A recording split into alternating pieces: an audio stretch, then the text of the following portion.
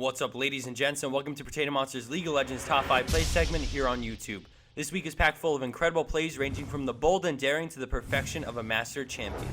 So without further ado, we start into this episode with EXSY Spectre ZZ on Janna, but this is really just an awesome team play. So at the start of this clip, we notice the enemy team has double the kills and have a clear shot straight to the Nexus turrets. At about 42 minutes, they realize the enemy team is MIA and must be doing Baron, so they try something insanely risky and decide to let them take it while packing into the brush. 45 seconds later, Shirelles is popped and the team fight explodes, instantly taking down the enemy AD range, followed by another carry, putting the enemy team in a really bad spot and allowing for the cleanup ace. What I really loved about this play is the high risk, high reward of letting the enemy team take Baron and leaving blue base completely empty with Nexus turrets exposed. The game could have ended right then and there if they pushed middle, but thanks to the ridiculous plan to wait in a random brush for almost a minute, they've gained the necessary advantage to win a team fight and eventually the game. Who does that?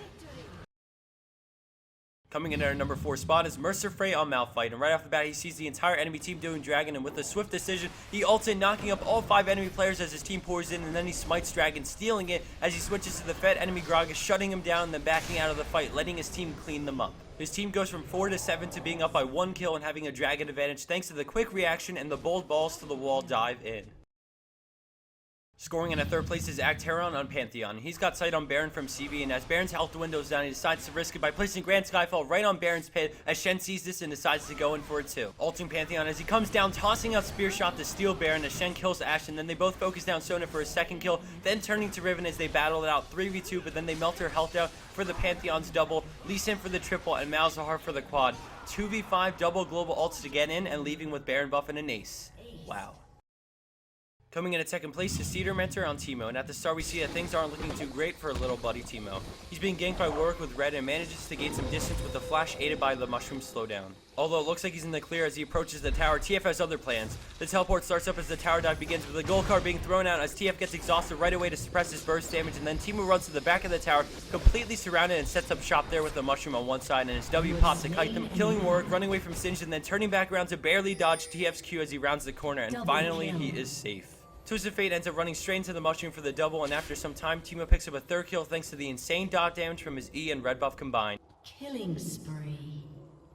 And for our number 1 pro play for this week, we have General Chicken on Ezreal, and immediately we start this off with a grip knockout combo on him that leaves him stuck in between 3 enemy champions. He arcane shifts towards the tower, but Alistar stays right on his tail, and as they tower dive, he ults. Blitz knocks him up again, and then he uses Summoner Heal and gets on Alistar, bringing him very low. And then he flashes through Blitz and starts up True Shot Barrage, hitting all 3, and yes, even clipping Alistar on the way out for the kill, getting the double off Blitz from the lightning fast Q with the tower, and then running back towards safety. Ryze does come out of the jungle to die, but Riven helps him out, and they end up picking up the incredible 3-for-0 exchange with perfectly timed and placed abilities.